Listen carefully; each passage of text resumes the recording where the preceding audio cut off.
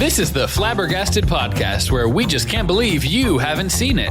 Every episode, we discuss a movie that one of us has seen and the other hasn't. And sometimes that neither of us have seen. Follow us on Instagram At Flabberpod. and subscribe in your podcast app of choice. I'm your host, Jessica. I'm your host, Rogge. Let's get to it. Welcome back to Flabbergasted. I am Rogge here with sometimes guest, this week host, Grace McDillon. Hi, everybody. Grace McDillon here. I just was informed that I am the host. I'm unfamiliar with the structure of this podcast, clearly, but I'm going to do my best. Frankly, it hurts. But I'm going to do my best. So today's episode is Hunt for the Wilderpeople. Hunt for the Wilderpeople, one of my personal favorites. Save it for the pod, Grace. I'm so sorry. Let me stick to what IMDb says here. So our synopsis we've got is a national manhunt is ordered for a rebellious kid and his foster uncle who go missing in the wild New Zealand bush. It says here it's got a 7.8 out of 10 rating, which I assume we're going to talk about later. I disagree. Yeah. I think we definitely should. Director is Taika Waititi, and I don't really know a lot of directors, but I do know him, and huge fan. Stars of the movie include Sam Neill. You might recognize him from the Jurassic Park movies. I also saw him in And Then There Were None. Oh. By Agatha Christie. Agatha Christie, yes, one of my favorite novels, and he plays one of the characters in that I think television he's in series. Peaky Blinders as well. I don't know who that is. Peaky Blinders is not a TV show you would have watched. It's so violent, so British, so violent. The British part doesn't bother me, but the violent part the definitely. British part is the worst. It's so British. It's very Liverpool. Yeah. So Sam Neill, we've got Julian Dennison, which you may recognize from a recent Godzilla movie. Man, am I all over recent? I did. That's not true. I did watch Godzilla, the Japanese one. Yes, minus one, which was excellent. He was really not in good. that one. He was in a much that was worse. Exclusively Japanese actors. Yeah. And so those are a much worse one.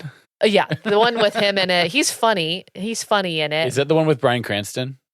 I'm not The sure. guy from Breaking Bad, and also there's one with Millie Bobby Brown from Stranger Things. Ooh, it might be the same one that she's in. Nice. Possibly, but I don't quote me Just on naming that. actors I've heard of as being in bad Godzilla movies. Yeah, I'm not 100% positive, but yeah, I did definitely see him in a Godzilla movie.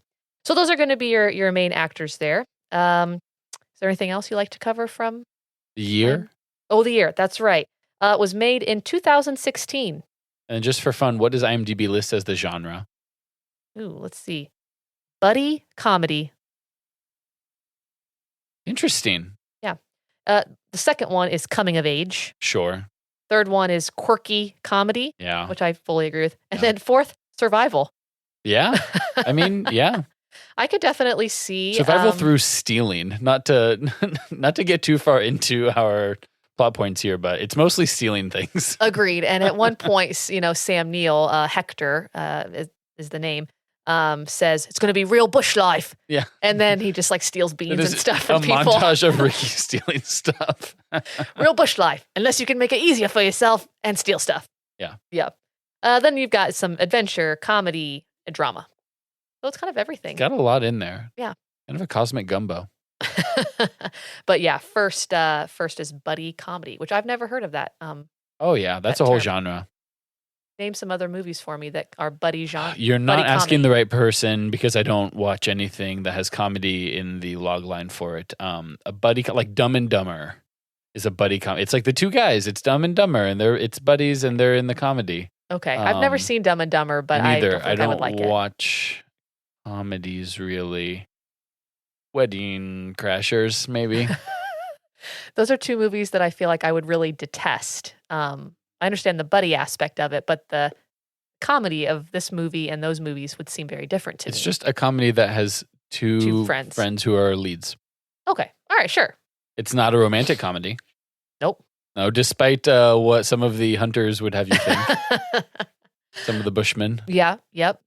Okay, so that's all it is two friends. It's just, it's just So, like part of like, it's sort of like calling something a road trip movie. I mean, which just kind of has like a moving around aspect. I was honestly surprised we didn't get the action on screen fades away, and then we see like a map of New Zealand and with like a winding path that circles back on itself. It seemed like the kind of thing that would happen, like a Muppet movie situation. Absolutely. As this movie was being made, you should have called in to be like, hey, I've got a great pitch for a scene in your movie that absolutely I bet Taika would fit appreciate the note now still, probably. Yeah. It'd probably be a good note. They could do a revised edition. I've never seen or heard of this movie until you were like, what do you mean you haven't seen Hunt for the Wilderpeople? A movie that no one else I know has heard of, as far as I'm aware. We'll see I was flabbergasted. Listeners, please let us know if you have heard of this movie. Usually it's like, you've never seen Mighty Ducks, and everyone's got thoughts on like whether or not someone's seen Mighty Ducks, and they're like, what is New Zealand? We don't have the most diverse listener base, which is not intended to be derogatory. Yeah, I mean, I've seen Jojo Rabbit, the Taika Waititi film. I've seen the the latter Thor movies. Sure. And I know that there's some kind of controversy with the newest one, and that means that Taika is never going to direct for Marvel again. Don't know what that is, and don't care to investigate. And is he also from Flight of the Conchords? Is that part of the deal? That I'm not familiar with. Oh, I thought that was a you thing. No. Like something I would watch or something I would know about Taika. I thought it was like you Waititi. knew him from Flight of the Conchords, and that's what led you to this movie. No, I mean, this was the first movie that I saw from him. And and then he plays a character in the Marvel movies, right? He's the big rock guy. That's him. He's an actor too. He does voice Korg, yeah. Yeah, and I mean, he's in this movie too. So like, I think he's a hilarious actor as well. He is in this movie as well. He's also in the Ryan Reynolds movie where he's a video game character, Free Guy, I think. You probably Not didn't familiar. see it. No. Sometimes I throw Rachel a bone and watch a movie that's bad that she wants me to watch. That's being Rachel, a good husband. Earmuffs. And I watched that with her. I was a little flabbergasted that you hadn't seen it, only because I told John, that's my husband for you listeners out there, that I thought Lord drop. I thought you would genuinely enjoy it. I was like, this seems like a Rogge movie to me from what I know about you. And we often have different opinions about movies that we enjoy. So I've tried to pitch you two movies. Yeah. You know, Fiddler on the Roof was our I love last Fiddler podcast. on the Roof. And so I'm trying to pick movies that I'm like, oh, Rogge and I have this common ground. This is Yeah. a movie we both respect and enjoy. So that's why I was flabbergasted that you had not heard of it or seen it. But no, it's not a widely appreciated movie or known movie. Yeah, so. I think it's obviously not the kind of thing that would have gotten like a huge marketing budget. Like there wasn't a big blitz. It's very New Zealand, like it's about New Zealand. And there's other themes I'm sure that you could argue run through it. But yeah, it's not something that crossed me. I mean, 2016 was the thick of I'm barely keeping my head above water teaching 8th graders for $31,000 in pay a year. And so I remember those days right there with you, man. Yeah, Same literally. school. Yeah. It was the kind of the nadir of me like keeping up with what the movie cognoscenti are interested in. And I think besides that, I just don't go out of my way to see a lot of comedies. Mm-hmm. I mean, most of the movies that are funny that you would say I will go and watch, I mean, like I have historically gone to like most of the Marvel movies, which are very quippy and, supposed to be funny. I mean, most of them are supposed to be funny and stuff. But if it's like marketed as a comedy, I'm usually like, that means it's probably not very good. You do have a specific taste in comedy for sure. Yeah. Like you are a Community fan. I love Community. Which I am also. I need more autistic representation in my comedy movies. Yeah, so like that's not a movie, obviously, but that's a strong Rude. comedy series. They've talked about doing 6 seasons in a movie. I hear Joel it. McHale is on board. Where's the movie? Dan Harmon historically is really bad at getting scripts out in a timely fashion. And then so when everyone is now, I mean, a lot of those actors are big names now. I mean, Donald Glover especially is like a big famous guy. Yes. And so working on people's schedules, I think is just really hard. And Alison Brie was just in like a very successful horror movie. Yeah. And yeah, they're all in stuff. So it's just hard. As they should be. But yeah, I would love to see a Community movie. I'm waiting for it. I'm all for it. Yeah. I mean, the comedies that what are kind of my canonical like, does Muppet Treasure Island count as a comedy, or is that just a kid's movie? Of course, it's hilarious. It is hilarious. Yeah, the Muppet. There's a couple Muppet movies that I really like. Comedy. I watched Talladega Nights in like middle school. It's kind of my one Will Ferrell Never seen. movie. Never seen it. So is it funny, or did my friends and I just quote it a lot? Like which one is it in my memory? So I don't know. I feel like we've talked about this before, would really enjoy Psych. We have talked about Psych. A show. Yeah, I know John hates it. Don't let him hear you say that. He's got the Psych cell phone. Grace literally like she was so serious. Like she gave me the like half lidded eyes, like, come on, like a glare. Yeah, I thought she was gonna laugh at me. Yeah, John is obsessed with Psych. John makes references to me, and I've seen every episode 5 times, and he makes references to me that are so pinpointed and tiny, and he's like, how do you not know what episode that's from? And I'm like, he has perfect recall of all things. He's a savant. John is the guy. Have you ever seen clips from that movie, the show I've never watched, Suits? Where there's the guy pretending to be a lawyer because he can just fully memorize every piece of paper he sees. Yeah. Like he can read books in 2 minutes or whatever. Yep. Yeah, that's John. Yeah. And he identifies with that show. So yeah. Anyway, but yes. So all right, thanks for listening. If you have thoughts on the Wilderpeople or Community or Psych. But anyway, yeah, let's get into it. So we'll piggyback on that. So it's comedy. It's buddy comedy. Did you think it was funny? Wow, what a great question. What a loaded question, because there's only one acceptable answer for you. I definitely thought parts of it were funny. I wasn't like rolling on the ground the whole. I mean, that's rarely me in a movie anyway, I guess, as we've been talking about. So there was stuff that's funny to me. It's not all meant to be hilarious, for sure. I thought it was funny. I think a movie like this hinges on when there's a child actor in this big of a part. If he is not awesome, it's gonna be not very good.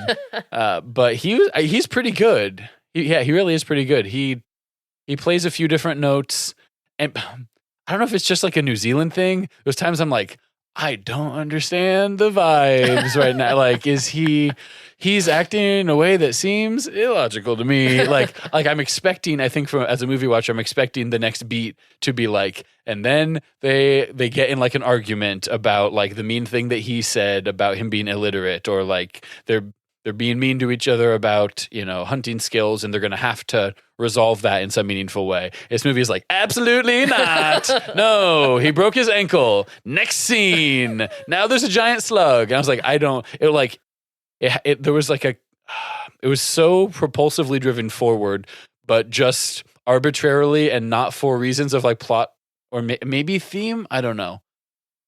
I'm kind of just giving you my general overall thoughts. The movie reminded me of most.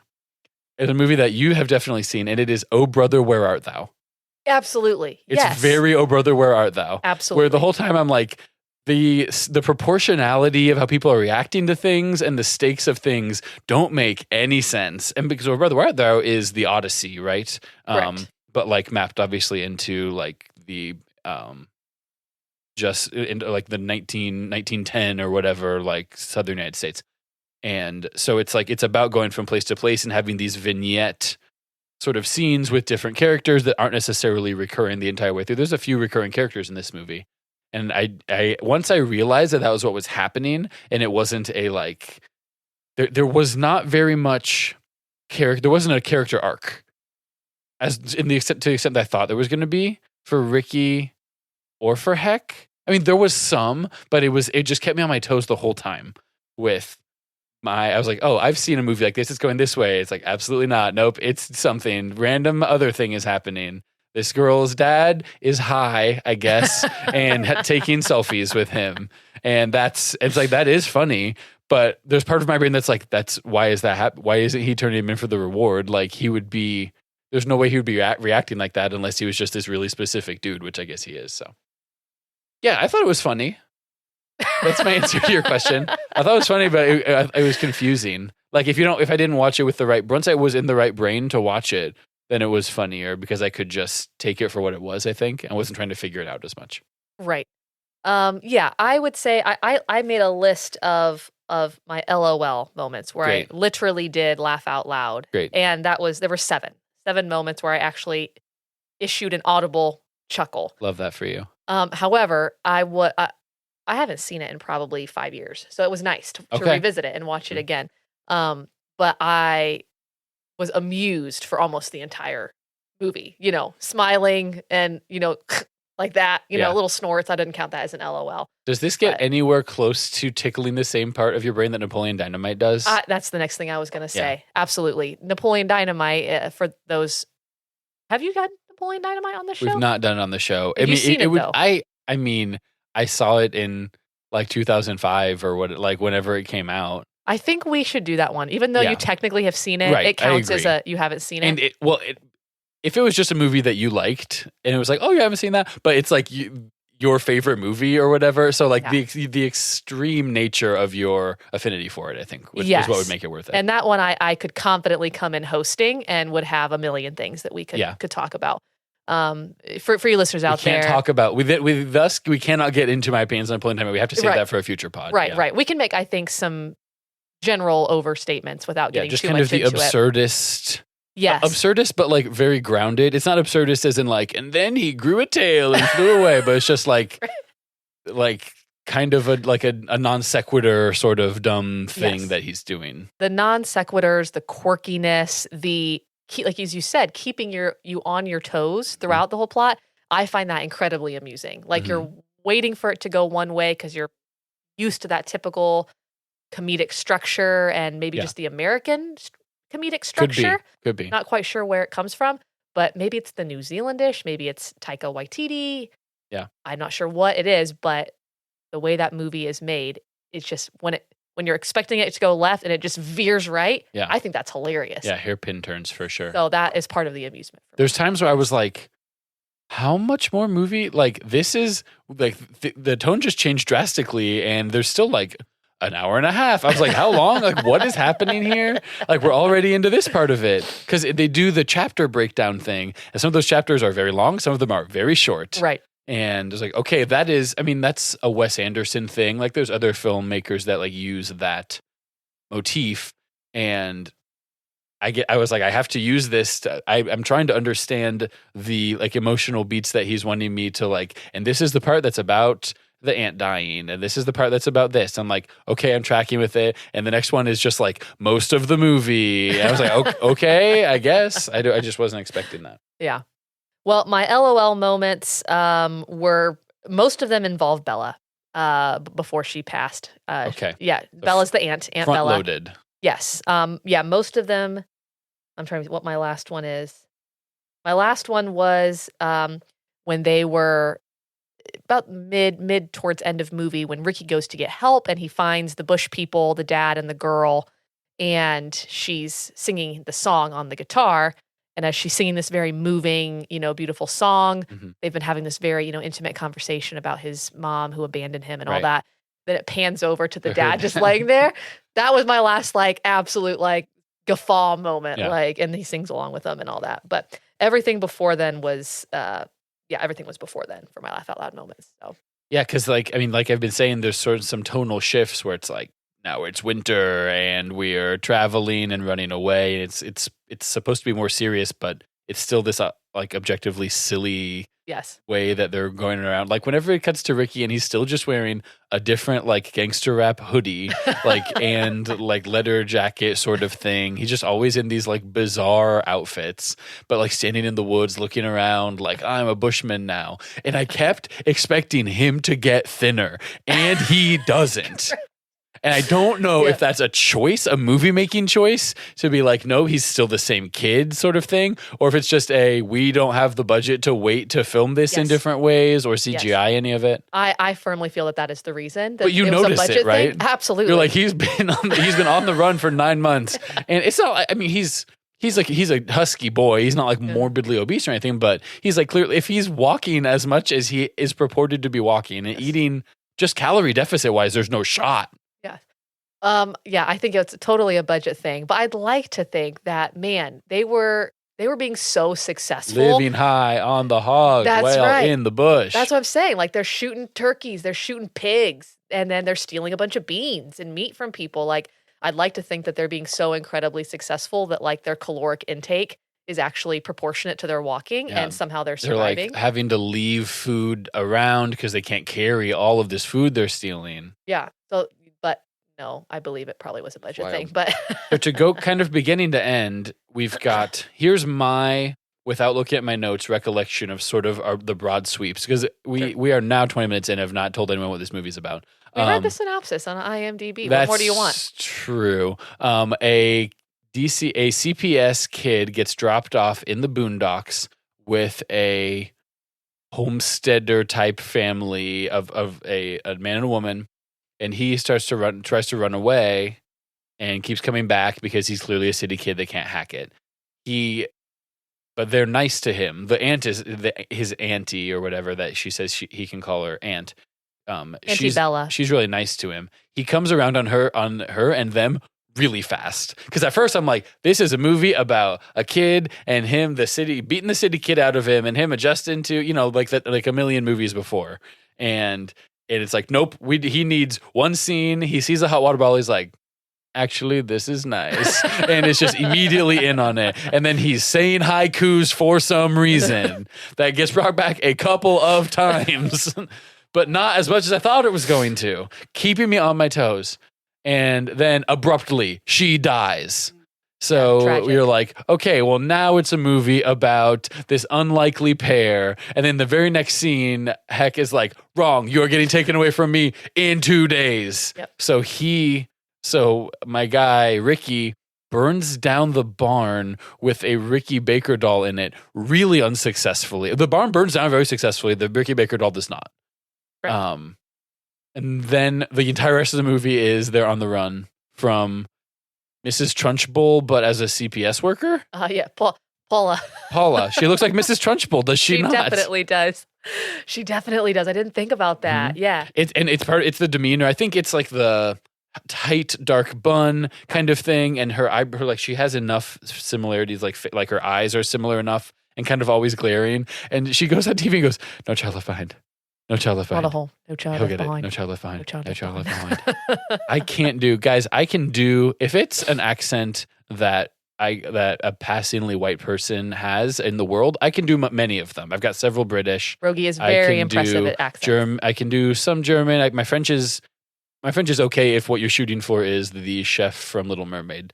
Russian, I can't. Australian and New Zealand have eluded me for years. I can start going, crikey, mate, and then it becomes British so fast. You need to watch more Bluey.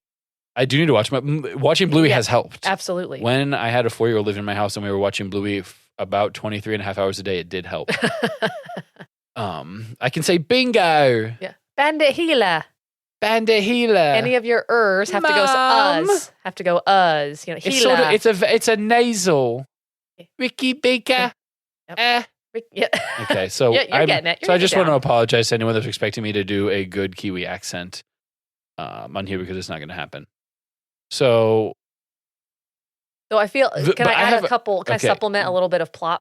Please do. A little plot point? Okay. Absolutely. Especially anything that you feel like is important or you want to get my take on. Right. So I think the reason he burns down the barn is important because he does not want to go back to DCS, CPS, whatever it is in New Zealand. And we find out later in the movie that that's because he feels that the only option left for him will be juvenile detention center. There's nowhere else for him to go. So that he wants to go on the run. He thinks living in the bush is better than going back into the system. Basically. And I interpreted at the time as well as that he wanted to make sure Heck was not interested in Auntie Bella's ashes going up the mountain. Yeah, because she was like, I'm from the bush. I'm from way up there. And this is where my soul's going to go.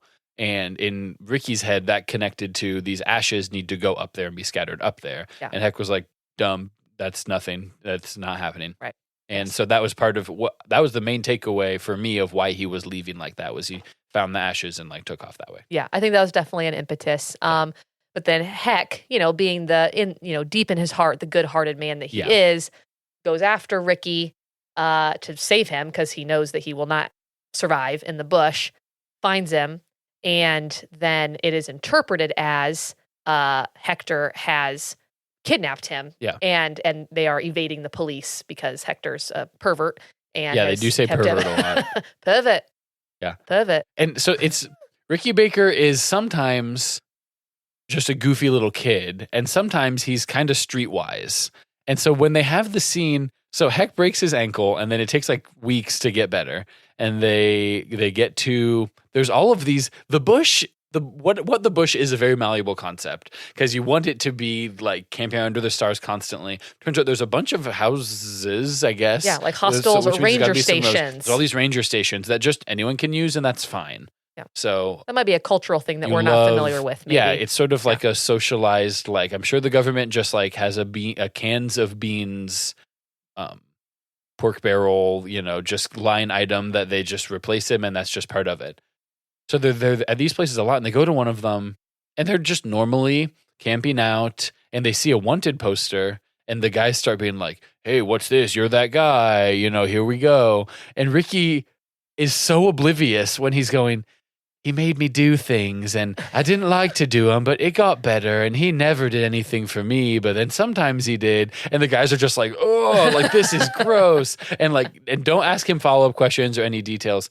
And Ricky later does indicate that he understood where he messed up, like double entendre wise. But like it was so obviously like that he was just saying things and like making it worse. It's like the Ricky Baker from 5 minutes ago would never have phrased these things this way. He would have said the slug specifically, and he would have said, "Doesn't listen to my Walkman when I have it." And so it's like whiplashing between, but that's a kid, I guess. You're right. Yeah. Yeah. That can be consistent. Agreed. And, you've got the whole, he's Caucasian. Oh, well, they got that wrong because you're obviously white.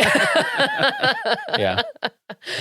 Yeah. No, he strikes me as obviously someone who has experienced a lot of pain in his life because he's been bumped around from home to home. He describes some of the trauma. Yeah. This foster sister just died. Don't know how. Don't know what happened, but she's dead now. Right. And something obviously very shady and mysterious and gross, probably with that. So, well, I mean, is he a reliable narrator in that? Like, I think you assume that just because things are sad, but it's also like things do happen. Occasionally a kid in the foster system accidentally drowns for relatively benign, obviously that's terrible, but it's not always like a foul play thing. So, but from his perspective, he's going to take it at the hardest he can because of the lack of detail. Yeah. Amber, was that Amber? Yeah, was the foster sister that we heard about. So do you have other laugh out loud moments from early on before Bella dies? Yeah. So when they first meet and she comes out, and she goes, I'm here. She comes out and, then she's like, "Oh, you're a big fella. Gonna eat all the pies, haven't she's you?" just making fun of him. Yeah. She's like, "You're fat." And that's hilarious. Yeah. "Are you hungry?" "Well, sure you are," Yeah. And Ricky doesn't care. Like he gets that, she's doing it because she's her and she's funny. And well, he gets out, looks around the farm, and then goes and gets back in the car and shuts the door. Yeah, it grew on him quickly though, and also Taika Waititi plays a kind of a bumbling buffoon of a policeman type guy. And what? No, that is not the role Taika Waititi plays in this movie. Yeah, it is. No, it's not. I promise you it's not. Taika Waititi plays the priest from That's from Taika Bella's Waititi? funeral. That's Taika Waititi. This whole time in my head, I've had The director was the John policeman. Smith or whatever that doesn't even carry a gun. Yeah. Wow. Well, it's a good thing we're having this conversation. Yeah, Taika Waititi's. I mean, if you priest look at a is picture of Taika hilarious, Waititi, too. you'll be like, "Oh, yep, that's 100% who Taika Waititi is." Like, he never wears his hair a different way. It's always the like high, like aggressively salt and pepper, like floofy thing he's got going on. That's so funny. Yeah. So I thought that he was the rock man in the Marvel movies. Yeah. And He is. the policeman. That's the same actor, right? But that's No. not Taika Waititi. The Rockman from the Marvel movies is entirely computer generated. Yeah, but the voice. I'm saying the voice. That's Taika Waititi. Yes. okay. Taika Waititi, the priest, voices Korg.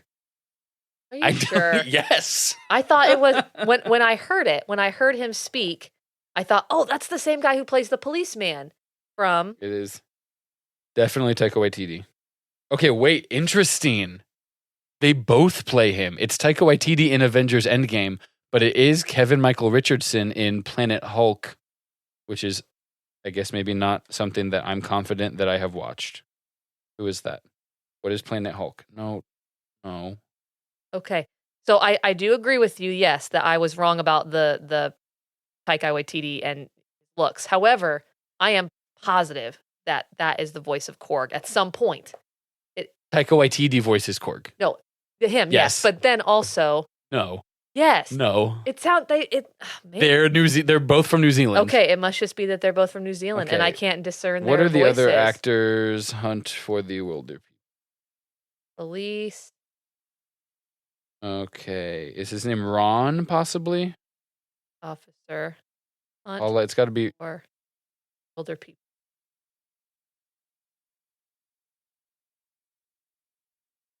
Great TV. Played by Oscar Kitely. Oscar Kitely. Oscar Kitely. Andy Tappert. Okay. Oscar. Andy. Yeah, that's right. Oscar Andy. Kitely. You know, if he voice acted Korg in a major Marvel production, I'm guessing that would come up. It would be under one his of the movies first and things shows before a when Bob bunch came. of extremely New Zealand looking movies I've never heard of, and Agreed. also Hunt for the Wilderpeople. All right. Well, I stand extremely corrected. I'm glad you corrected me. We don't want our listeners to be confused. I'm glad you were like, and so for those at home, he plays a police officer, and I just go, nope, that is not true. That's so funny. Okay, well that's good. That's why we're talking about it. You know, we're as I said, I wasn't planning on being the host, so I didn't do a lot of research. You have kids, and thus there's different amounts of room in your brain for the things that have to be in my brain, or don't have to be, but I can fill my brain with. I appreciate you being like what gracious. Taika Waititi looks like. You're doing more important things than I am. No, you know how much plate up I play on a weekly basis? How much of this one specific, clearly multiplayer video game I play by myself? A lot. Well, I appreciate your grace. But anyway, Jeremy can edit all of that out. Okay. No. Not the part where I messed up, because that has to be explained. If there's a little bit of a pause while we're both actively Googling and not talking, he can edit that out. But he is not taking out the whole thing. No. He should not take out the correcting me, because that needs to be corrected. But anyway, okay, let's back up before we got that wrong. This is an LOL moment. LOL moment. Oh, right. Okay. So when the police officer, played by Oscar Kitely. Yeah, obviously. And Hector's coming up the ridge with the hog on his back, having just killed the hog. He goes, "Whoa, that guy's giving that pig a piggyback." Laughed at that. At the time, I was only noticing Paula say, "Well, he's got a gun, so just make sure the kid can't get to that." I was like, as a former Department of Child Services employee, it's a little more involved. There's at least a paper we have to go over. I probably should get a picture of like a gun safe of some kind. Yep. She looks around the property and goes, "I've got to do a very thorough check here of the property to make sure everything's solid. Looks good." Ron's like, "Yeah, looks good." Yep. Andy. And right before she leaves, Paula Hall says, "All right, well, he's all yours. No returns. Just joking." Of course. Yeah. The DCS aspect of it was, I was noticing that a lot early, because she's just like super down on him, like to his face. And I get that this is clearly a kid that's been kicked out of a bunch of foster homes. He's been really cycling through different living situations. But the way that they do a montage of all the terrible things he does, and they're like semi-delinquent behaviors, but it's never like real physical violence. She's like spitting, kicking rocks, loitering, and graffiti. Like ends it with that, and you're like, yeah, I mean that is, you're not allowed to do that, but you're expecting him to like have makeshift knives and be like selling drugs and stuff. And he's not old enough. I mean, he thinks that's who he is, but it's not. He thinks he's Scux. Yeah, I didn't choose the Scux life. Scux life chose me. That's kind of how the system will, like, in those working in that position, you get jaded, and it's just like you don't actually get to know the kids and stuff like that. So I was noticing a lot more of that in the beginning, but that's because of my professional background, I think. Correct. Your DCS background. Yeah, I didn't think about that connection. Yeah. Oh yeah. Well, I would like to think that the New Zealand Child Protection Services is not actually functioning like that, and that's part of what makes it funny. I'm sure it's better than this one. Yeah, there's no chance. New Zealand is famously like such a pleasant place to live. It's where Bluey is. It's where Australia. It's where it's whatever. It's where Hobbiton is. It's where the Shire is. Yeah. So agreed. I think that's part of the disproportionality that I mentioned earlier. Is like a lot of the movie becomes about how aggressive of a nationwide manhunt. I mean, the millions of dollars in manpower and helicopters and tanks that Paula is given. There's a couple scenes that are out of like a Mad Max movie where there's like a bunch of tanks and choppers and pickups following Psycho Sam's old red pickup. And like, well, obviously none of that is at all accurate.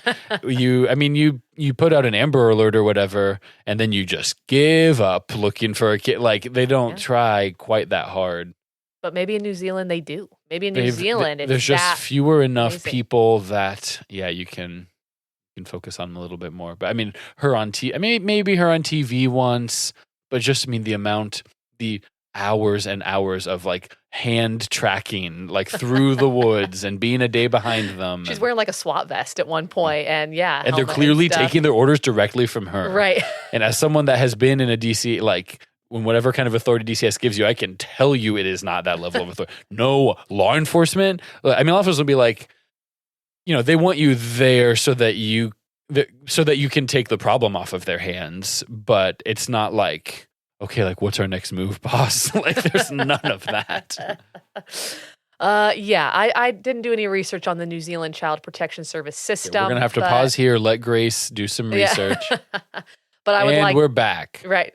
I would like to think that is just part of the humor of it is how obviously ridiculous that is. They're not going to mobilize half the New Zealand army. I assume that's half the New Zealand army because it's tiny. Yeah, it's mostly sheep. It's a lot of sheep in the New Zealand army. Maybe it was a publicity cavalry thing. It was like, we got to find this foster kid because otherwise it's going to blow back negatively on CPS, right? Could be. Yeah. And I think that's part of where the Madame Trunchbull stuff came into is like some things in Matilda or any Roald Dahl. Roald Dahl is kind of in the uncanny valley of it's in the world, but it's like magical realism, like it's not quite. And the like you stole a chocolate cake, now you're in an Iron Maiden, sort of like that level of cause and effect. Like we're living in a reality like that, and I think it just put me in that mindset with her too. May I be so bold as to say that I feel that Roald Dahl would appreciate this movie. Oh, that's high praise. Yeah, having read most of his books, I feel like he would have appreciated the whimsical quirkiness of it and the veering left to right with plot and things like that. Have you seen 2 years ago's Wonka starring Timothée Chalamet? I have not. I've been hesitant because I love the Gene Wilder version. Do that for another podcast. There we go. Yeah, put that on the list. I love the Gene Wilder version. Then. That is actually my favorite movie. Napoleon Dynamite is right up there close, but Willy Wonka, Gene Wilder is my favorite. And then the Johnny Depp one was so aggressively horrible that I've been a little bit nervous about this one. That's the one that all of my students think is the old Willy Wonka. It's Johnny crazy. Depp one? Yeah. Oh, that's sad. And the old Grinch movie is the Jim Carrey one. Oh. Because the new one is so much better. The 2019 one is what the kids will tell me. And I'm like, you think I've seen the 2019 totally animated Grinch? Absolutely not. No way. When was the original Grinch made? It's got to be like in the 70s or something. Yeah.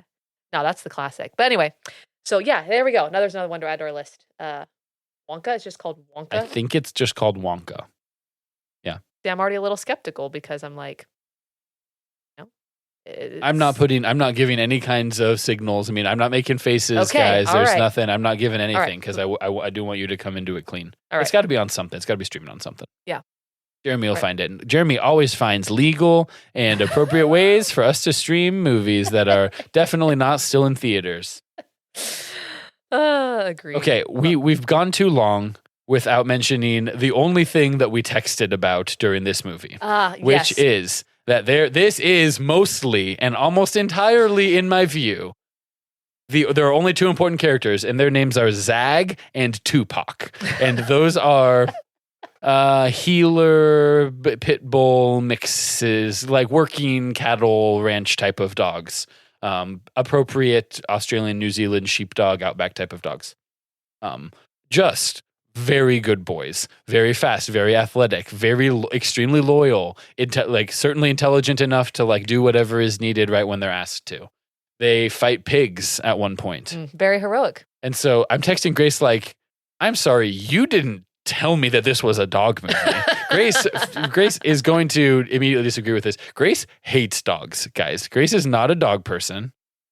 And Grace is coming around on my dogs. I'm just waiting for my time to appropriately interject. All right. But so when I'm getting text back, it's like, oh yeah, I guess I didn't think of it. I'm like, how did you not? There are Tupac. There's an early bonding scene where this is like part of what gets Ricky into the farm life, and he's like, he's hugging him and saying things like, "This is the best day of my life." Like he has a best friend now because he was kind of missing that like peer friend sort of relationship, and then Tupac just follows him unconditionally everywhere they go, and I was like, they're not feeding these dogs. I'm not seeing, like I have my hands on my head, listener. I was like, I'm not seeing this dog be fed enough. I'm not seeing, obviously, I mean, that stuff's out the window, but like there's not much care being taken to like, okay, is Tupac within 20 feet of me at all times? And well, I'll pause there before we get to the Zag stuff too, I think. Agreed. So Rogge texted me and said, I hope that you're ready to discuss this as a movie that is how did you phrase it? I think the word exclusively was used, but what was the genre or like a dog? Well, it's almost like not an old yellow, but like a Shiloh, like bond, like a kid bonds with the dog, like where the red fern grows. It seemed it was more of a phraseology, like a homecoming. No, what's that movie called? I said, just got to chapter 3. I hope you're ready for me to exclusively want to discuss this being a dog traveling movie. Dog traveling movie, yes. Capital D, capital T. What movie am I thinking of? Homeward Bound. Homeward Bound, yeah. Thank you. Homeward Bound. So that was the first movie I thought of. Right, Homeward Bound like imprinted on me, I think, as a child in a way that like shapes how I view dogs now. I mean, obviously I had like an excellent like family dog growing up, and so there's like a whole relationship thing there, but there's just, it's parts that you're laughing at. I'm like, I haven't seen the dog on screen recently, and they did run away from something, and I need visual confirmation that the dog made it with them, because that's all I can think about while this is happening. And I'm not exaggerating. I believe that you're not exaggerating with the combination of your dog loving and your autism. Like, yeah that tracks fully. It's my special interest. Yeah. So I don't hate dogs. I would like to refute that. Okay, you're right. You are not Kuntz. I'm not. Come on. I am not Kuntz. Yeah, all right. That's fair. I do not hate dogs, as I have discussed with you and Rachel multiple times, listener. There will never be enough clarification to confirm how you feel about our dogs. We need constant reinforcement. Okay, here. This is a little personal, listener. All right, you're getting into the relationship of Merrimans and McDillans here. Yeah. I have said that my upbringing with dogs was very different. Like we had outside farm dogs that we would just inherit. Either they were strays that we then fed and allowed to stay with us. I feel like you can respect. Like we fed them, we let them stay with us, right? Just as a city dweller, I can't relate. Like there would never have been, they get picked up and stuff like that. So I can't empathize, but I can sympathize. Yeah. Right. So the dogs would just kind of wander onto our property. We're like, we don't know whose this is. It's a nice dog. So let's start feeding it. And it would hang around for a while. What were these dogs? Did you give them names? Yes, of course. Yes, they all have names. I only know about Wilson. Okay. Before that, we had Wolf, which was that's just dog. Which was like a German just Shepherd. A name for a dog. It's another word for dog is what I'm trying to say. I understand. But it wasn't. Hound. It was an endearing name. Wolf is a normal. Yeah, he looked like he looked tough. Like he looked like that. Okay, so we had Wolf, and then before that we had Queenie. Okay, which was namey. Yeah, which is I was very, very young. I don't remember much about her, but she was a very large, black, shaggy dog of some kind. And then the one I remember most was Wilson, and we had him for my entire childhood. And yes, but not in a way that engendered like endearment. Correct. That's the thing, is that none of us, my parents, my siblings, were emotionally attached to the dogs, except for you go in the house, you give them a pat on the head, you make sure their bowl is full, you give them stuff from the table once in a while. You're as attached to this dog as I am to the dog in Stardew Valley. Actually, probably less. Sure. I'm very intentional about patting that dog once a day to get the heart to come up. If the heart doesn't come up, I'm like, did I already pat it today? Or do I need to pat it more times to get the heart to come up? Because this dog is important to me. Yeah, that's an excellent comparison. But yes, we took care of the dogs. They were happy, but I never felt that the dog was a companion. Yeah. I never felt that the dog was a friend. I mostly felt that I was indifferent or I was annoyed if it was barking outside my window or something like that, So that was my growing up. And Right. so I was living Yes. in where the red fern grows. Like my only friend is a dog. Like this dog and I can speak a language together. If it's not actively sleeping in my bed, that's pretty upsetting. Like like the opposite wavelength of dog ownership. right. So I just attribute it to different upbringings, and I respect your dogs, and They deserve your respect. They're very cute. They are very cute dogs, and they're good. They're good They're dogs. good boys. And because we love you guys so much, we have to love the things that you also love. So, In fairness, John does also independently love dogs. absolutely, John Yeah. is a big dog lover for Yeah. sure, and that's even with him being really allergic to them. Right. He still loves Yes. them because he Mhm. also had boyhood dogs and things like that Yeah. growing up. So, anyway, yes, I feel a mutual respect for your feelings. I appreciate that. But I cannot bring myself to empathize. I would Right. love to be able to empathize. I cannot do it emotionally. I never had the experience. Yeah. So that's real. so That's it didn't- authentic, listener. So it didn't occur to you to give a trigger warning to me about the events of Hunt for the Wilderpeople. You're out here watching Old Yeller and you're like, no big deal. This is fine. I've never seen Old Yeller. Anytime that something scary happens to a dog in like Shiloh, did Fox and the Hound wasn't like a thing as a kid? I did watch Fox and the Hound, and Gopper. remember being sad about it. It's been a long time since I've seen it. I watched Marley and Me on an I've not seen airplane, that.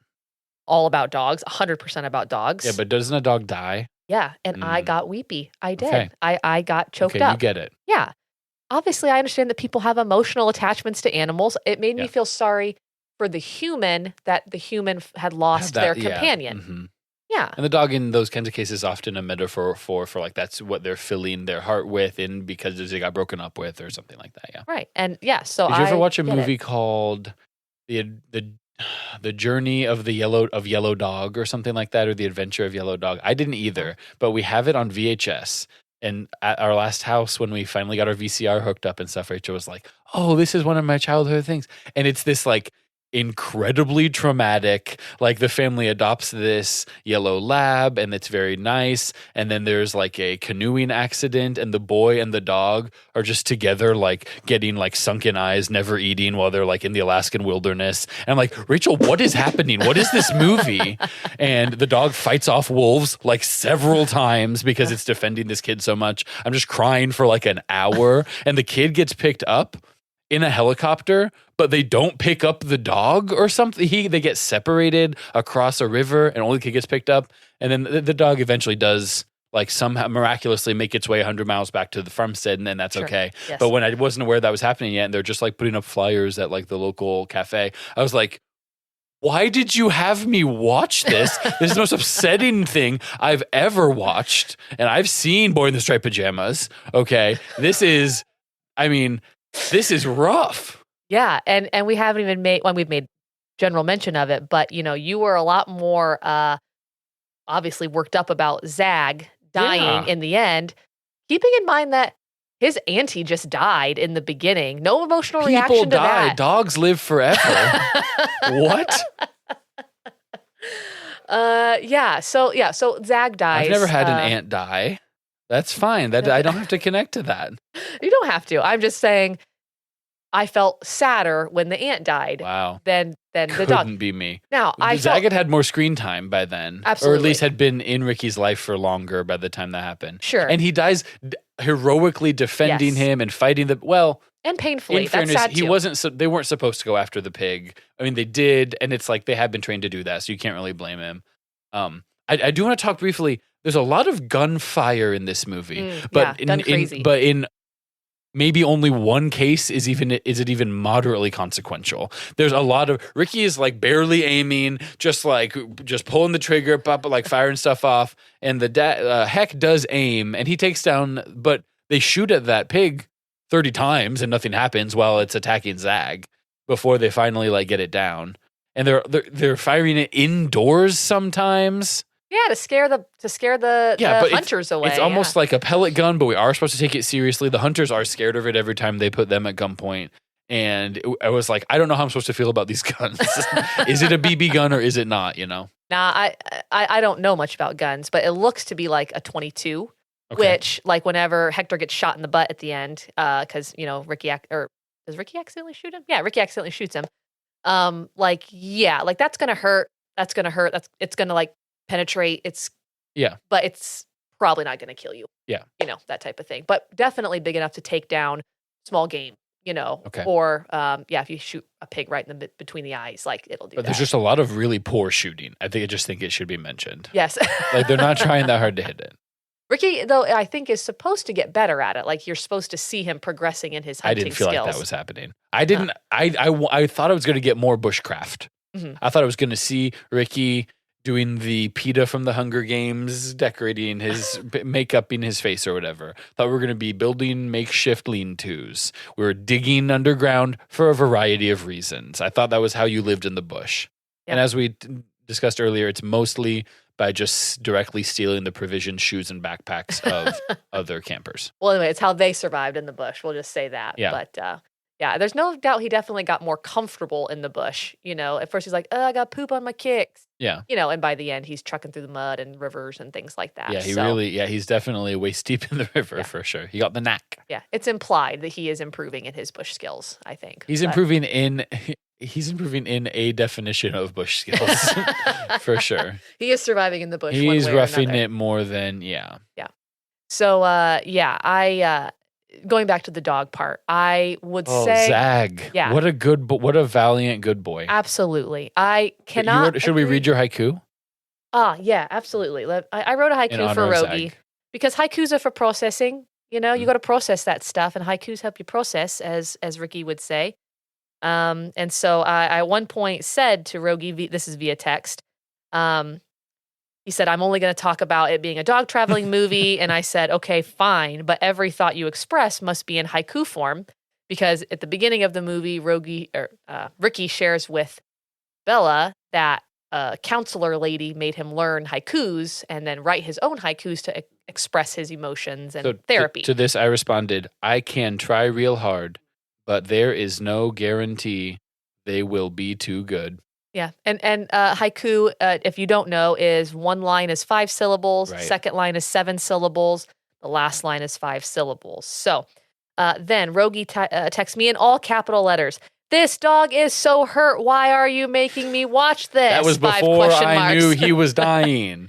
And my response is this haiku. I was like, he's not going to die because Heck's going to heal him because he's the Bushmaster. And then none of that bears out. No, he has to just put him out of his misery because that's what you'd have to do sometimes. But so to process the feelings, I wrote, Zag was a good dog. That part tugs at my heartstrings. More than Kuntz, at least. One of my favorite jokes that John and I have ever made is listing Kuntz's least favorite book as No More Dead Dogs. What a reference that literally not a single listener will understand. Except for John and Rachel, if they. Ooh, Andrew Houston has ever listened to my podcasts before. Oh, nice. And he would get it. Okay, great. Maybe we could get Kuntz I could text it to him or something. We could text it to Kuntz. Yeah. Anyway. Wait, which Kuntz? The Kuntz. Yeah, just Kuntz. Not the other Kuntz. Yeah. Did you know that Friends, I met someone, I don't know, that had gone to Grace College around when we did, who was like, oh yeah, I was friends with Kuntz, and they were talking about Steve. I was like, oh, we called him the other Kuntz. They were like, we called Tom the other Kuntz. There's a bizarro friend group that is the exact opposite of us, that thinks that Tom is the awkward Kuntz. Which is like true, but not in the context of the Kuntzes. No, yeah, I didn't know the other Kuntz very well. No. So that is true. That's like Stranger Things almost. Like it's an upside down. Yeah. Wow. Mind blown. It was crazy. I'll be thinking about just that for the next 10 minutes, trying to remember who that was. That was friends with Steve Kuntz. I'll think of that once in a while, and I'll be amused by it. I'll chuckle at it. Yeah, you should. All right. Well, is there any other points you'd like to talk to? I have one more point I'd like to bring up, but if there's anything else you want to. Yeah, I'll just run through my running notes. Yeah. My favorite scenes, number one was everything with Tupac. He's such a good boy. Yeah. He is just immediately, he's like, oh, this kid needs me to be everything for him. And then the stoner dad is pretty good, who's like watching rugby and then comes out and keeps offering him sausages. And then at the very end, he's like play slap fighting with his daughter before they adopt Ricky or whatever. Yes. And also maybe Ricky arguing with Paula across the creek when Paula and whatever his name is, I'm the Terminator. Yeah. No, I'm the Terminator. You're not the Terminator. And she's like, come over. He's like, we're coming over there. Oh, it's too steep. Ricky, you come over here. And I was like, there's a lot I don't understand here, including the actual geography. Like, you're not that far. Like, if this matters that much, you need to just go over there and get him. They're like 20 feet apart. And they do slide down eventually the creek. And him just being like, no. But he never says, like, he's not molesting me. Like, this is my chosen family now. Like, we are just living, he doesn't say the things that you need to say. Yeah. So those are kind of my favorite scenes. My notes, we've hit on most of it. The foster care stuff. I thought we were getting the trope of the troubled city youth that needs country air to learn what life is really about. Him running away the very first night during like the almost intro credits or whatever. Yeah. And she's like, oh man, you almost made it 200 meters away from the house or whatever. That's right. Heck's making pancakes. Yep. That's pretty good.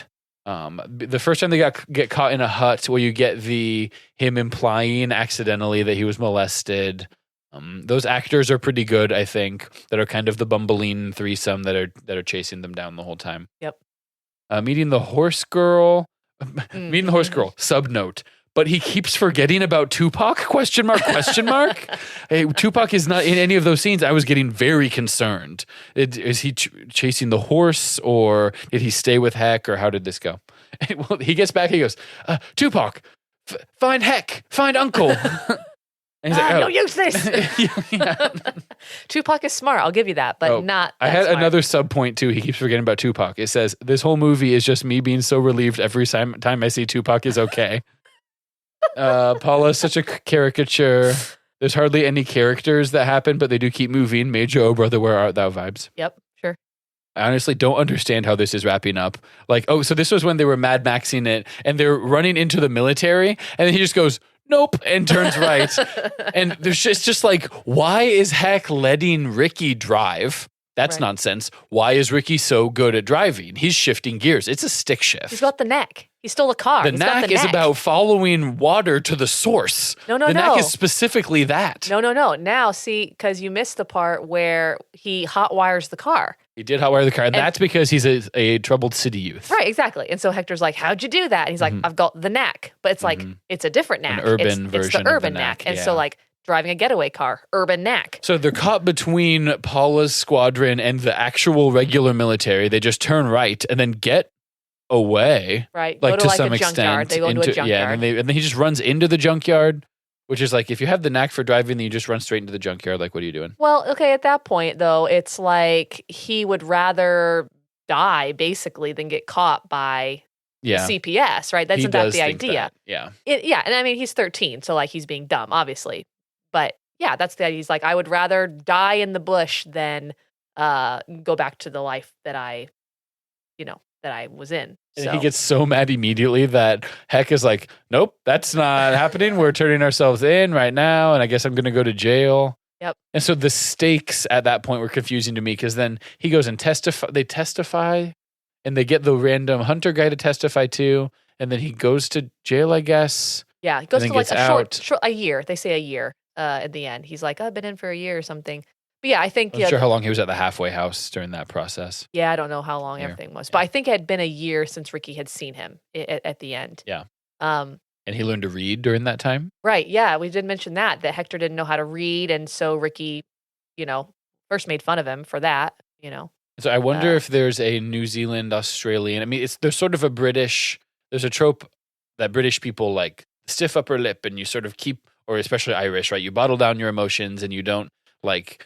say out loud the things that are what we typically think of as like a character arc in a movie, where you have the catharsis, like, you meant this to me, and he doesn't say like, you were the family I never had. And it's like, would that have been cheesy maybe, or is this just kind of like in this society you wouldn't say, they'd just be like, oh, shut up, you stupid little kid, we'll go find that bird. Like, you can't get all the credit. Like, is that just how it works there? Because then it's like, and now I'm leaving the halfway house. Yeah. And we're living in a world where this kid just gets to pick that he wants this family to. I mean, I'm sure they like asked for it, and Paula was like, sure, But the stakes, like, it doesn't resolve in like a super tidy bow.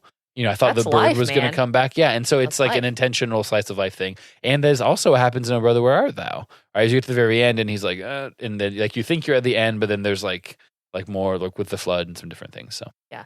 I think we're meant to assume that, Hector, is whatever, rehabilitated, whatever that means. He can read. He and Ricky are, best buds now. They're all living together with the Bush people.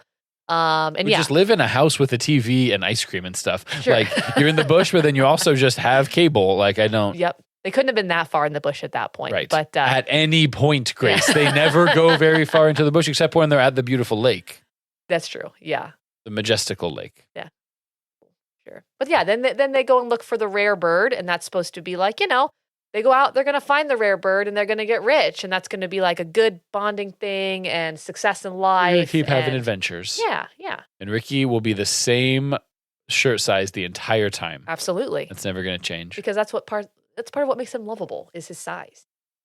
Yeah. His big, beefy, lovable size. Him just dancing around. Is the single biggest plot hole is that the night that Heck breaks his ankle or whatever, or his foot, Ricky tries to go and catch some food and he just grabs some grass or whatever, and Heck has like a 6-foot-long giant slug. Like how would that have happened, I had dragged himself down there, It had been a couple weeks at that point. Yeah, it had. Okay. Yeah, he hobbled himself down there. Yeah, sure. But he got salad. He did get salad. Oh, I couldn't understand him at that point. Salad. Yeah. What's that? Salad. It's greens. Because we had seen him take a really poor shot at a sparrow or whatever. Correct. He's like, well, he shoots the gun and the hunter's like, what do you shoot with that sparrow? And he's like, sometimes. Yeah, sometimes. Yeah, good old Is Ricky. that wrong? Yeah. Now Ricky gives me the vibe of he's at his heart innocent. Yeah.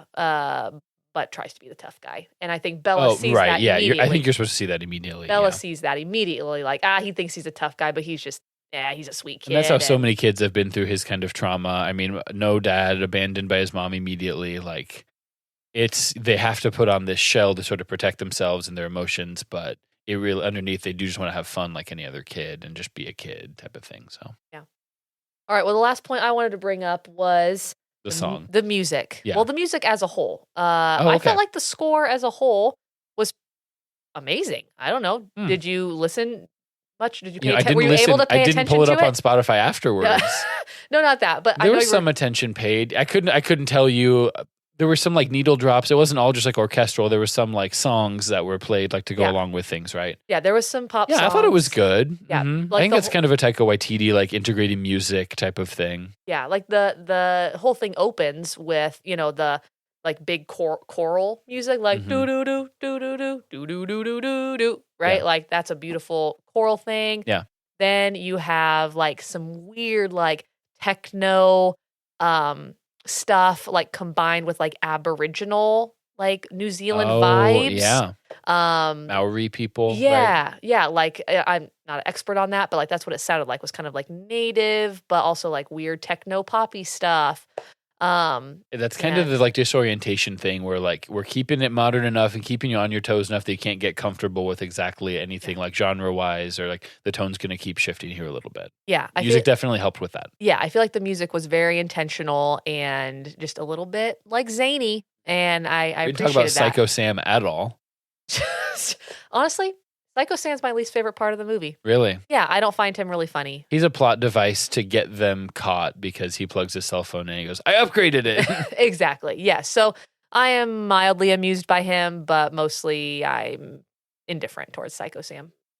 Yeah, I think that's fair. Yeah. Because it's supposed to be really funny when he's like, oh, I dug out a bunker.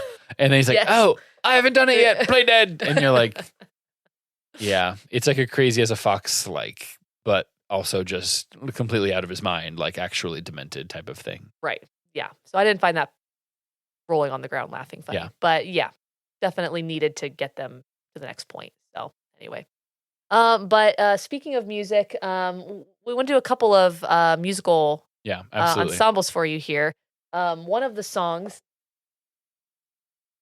features some sort of version of didgeridoo. I don't know what it was, but that combined with some techno music. And it just so happens that my father received a didgeridoo for Christmas many years ago from my brother Carson. Just for a bit, just for funny. Your brother Carson may be my favorite Gerber. That's fair. Yeah. I mean, we've been really good friends for a long time, but okay, it's fine. Right. Well, it's just something that you say, you know. I really like Carson. Yeah. Carson's a good dude. Everyone really likes Carson. Yeah. He's very lovable. But anyway, he got this didgeridoo for my dad for Christmas just because he hadn't been to Australia or anything. He just thought it would be funny. He was right. My dad is very musical, so we thought maybe my dad would appreciate kind of a weird musical instrument. So I don't know how to play the didgeridoo. I looked at Would we say the most phallic of musical instruments? Absolutely. And I'm going to be putting my mouth on it and blowing on it. So like, yeah, sorry to be graphic. There's like a wax tip sort of situation. Just the tip is wax. Just the tip, yeah. Yeah. But yeah, I watched a YouTube video on it, and apparently you're supposed to fill your cheeks with air like a chipmunk. Mm-hmm. And while you're blowing out air from your cheeks, not from your trachea, but from your cheeks, you then breathe in through your nose. Yep. And then you like you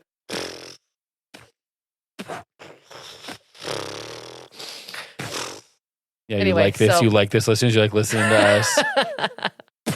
So here's me putting my mouth on the didgeridoo, attempting to blow it. Okay, here we go. Wow. Anything? There was definitely sound coming out. I don't know if they'll be able to hear it on this. Let me turn my mic and see if we can catch you a little bit. Maybe you can hear it better from the end. From my end, it just sounds like me spitting. That's it. Oh no, there's definitely sound. Okay, all right. Here, back up. Here we go.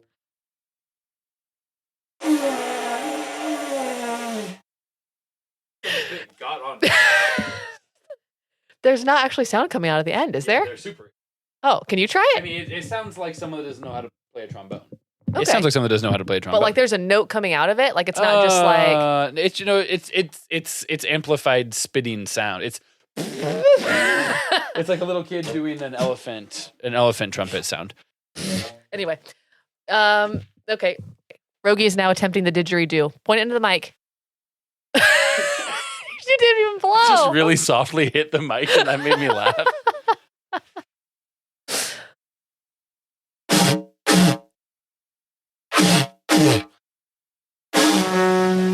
Oh, heck yeah. Oh, yeah. Rogge is a natural didgeridoo player. I just have rather a larger lung capacity. Oh, that's amazing. That was like a real note. I was definitely blowing from my trachea, not just, at first I was trying to like poof from my cheeks or whatever. That was, I think the idea is like when you play the didgeridoo, it's supposed to like a bagpipe. Right. Right? Yes. But that sounded way better than mine, and you got like just notes to come out. That was amazing. I did get it to be a little notey.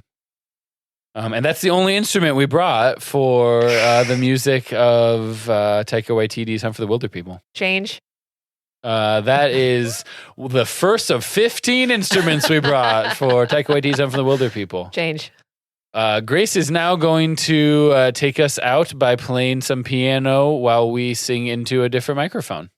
Yes, I practiced the song just a little bit, and I'm not very good at piano. Amount. Yeah. But there's a beautiful song in it played by Bella for Ricky for his birthday. So I thought we could either do that, or we talked about, is there any recent birthdays that we could give a shout out to a birthday boy or girl and replace names here? Asher Nishimoto does not fit very well. Asher Nishimoto? Asher Nishimoto. Asher Nishimoto. Isha. Do we know anyone else who's had what about like George Reed? Is it his birthday in September? I'm looking. George Reed, we went to his birthday party, but it was not when his birthday was, but they were just trying to have the party. Yeah, I think his birthday is in September. My calendar for the word birthday. We had Asher's party on the 7th, George's party on August 24th. Hunter's birthday was August 7th. I don't have a bajillion birthdays in my phone. So I do not have. The next birthday I have coming up is mine, which is in over a month. There you go. Okay. Well, and Jeremy said his Ricky Baker. Ricky Baker. We could do Jeremy's. That's true. Jeremy, what's his last? Gonus. Jeremy Gonus. Jeremy Gonus. Yeah. I got it. But we can't say teenager. You are an adult man, and you're as good as gold. Yeah. I don't know all the words. Do you have the words on there? Yeah, well, I know him. Okay, I don't. Yeah. But you do have the words on there. Yeah. Okay. I'm going to point my mic towards this piano. I once, let's see, back in it would have been, I think 2016 or 17. John and I had just seen this because it came out in 2016. So we had just seen this and we both really liked it. And so I wrote John a birthday song with this. So I put his name in. John McDillon. Yeah. But since Jeremy's birthday is pretty recently here, we'll do a shout out to Jeremy. We'll sing for him. Yeah. All right. I'm going to definitely mess up. All right. Perfect. Okay. Jeremy gonna zoom. You're not an adult. You're not an adult and you was good as gold. Jeremy go. No. Jeremy Gonus. Jeremy Gonus. Happy birthday. Once rejected, now accepted by me and Brett Rogge. Wait, oh man. And Rogge. We're a trifecta. Jeremy Gonus. Jeremy Gonus. Jeremy Gonus. Jeremy Gonus. Jeremy Gonus. Jeremy Gonus. Jeremy Gonus. Hip hip. Hooray! Then he blows out his candles and then he. That's part of the movie. It is a nice part of the movie. Folks, thank you so much for tuning into this episode. My review of Hunt for the Wilderpeople. It was very weird. I will probably enjoy it. I will watch it again. I would watch it again. I'll probably enjoy it more the next time when I have a better idea of what I'm going into and when I should leave the room because there are scenes that are unacceptable to me. You should keep playing over this for sure. There you go. Turn it down. If you folks have thoughts on Hunt for the Wilderpeople, whether or not there are any actors from New Zealand who are not Taika Waititi and what roles they play, we would love to hear from you at FlabberPod on a variety of social medias. We have a phone line that you can call in. By now, I'm sure you guys all know. I'm not going to say it to you. I don't know it. But Jeremy is behind me for some reason, is pulling it up on his phone. We are excited to share this movie with you, and we hope you tune in next time. Wait. Jeremy Gonus. We've got a bento. What information are you trying to share with me right now, Jeremy? Bento.me/flabbergasted is a good sort of link tree situation to find us at all the various places we are. Thanks, guys.